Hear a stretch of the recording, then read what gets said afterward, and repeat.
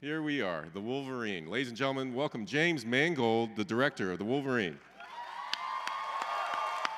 This is a tough guy movie. I think one of the things Hugh and I set out to do was, with the space we had with making a movie just about Logan, and maybe there was another one that set out to do that, but it ended up with a lot of other mutants in it as well. We had enough space here to make a movie about Logan, about inside him, and about his journey and where he comes from and where he's headed.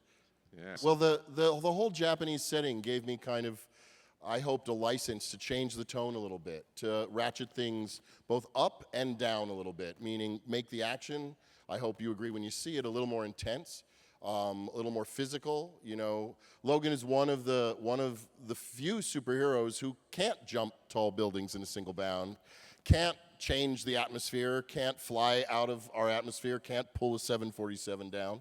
But what he can do, other than knock over a bottle, is he can use his claws, and he has an incredible spinal cord, and a skeleton, and he can heal.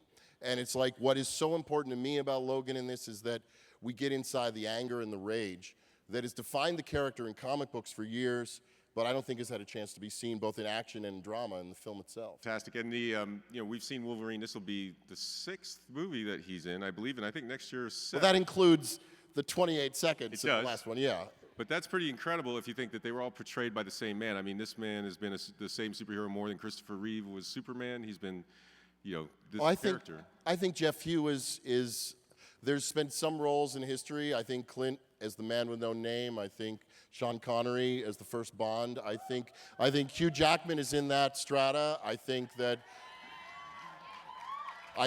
he encompasses both. I think what fans love about him is he encompasses both the physicality of the role and also the heart of the role. I think no matter what he does and who he hurts and who he's cutting and who he's cursing, you can see in his eyes there's something beyond that. I also think, to just say, I don't think Hugh has ever been in this kind of shape for a movie before, and I think he's been in pretty badass shape before, but what Hugh did before we started this, after being skin and bones in Les Mis, and then bulking up for this movie, I think it's pretty phenomenal, and if you haven't seen it in the trailers, it is phenomenal.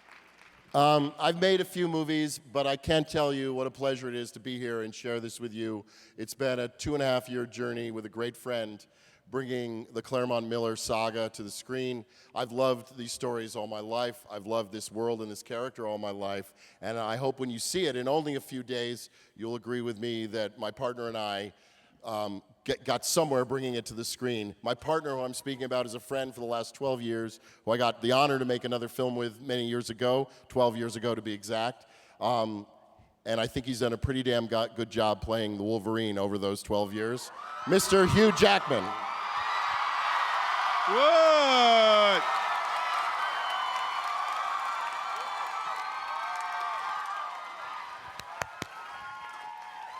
Hello, All H. It's so great seeing the Wolverine up there. And for you, I mean, what can you tell us about the journey the character has in this movie? It's an extraordinary change for him. Everything Jim and I wanted to do about this movie was to make sure that for fans who have seen the X-Men movies, first Wolverine movie, or for those who haven't, this is something completely fresh, completely different.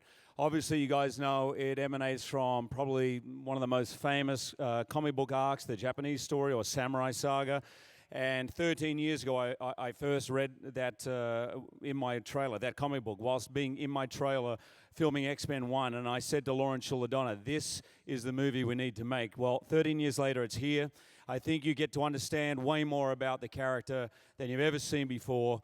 And as many of you have said to me on planes, in the street, in various places around the world, you finally get to see the Berserker Rage in full. So I hope you enjoy it.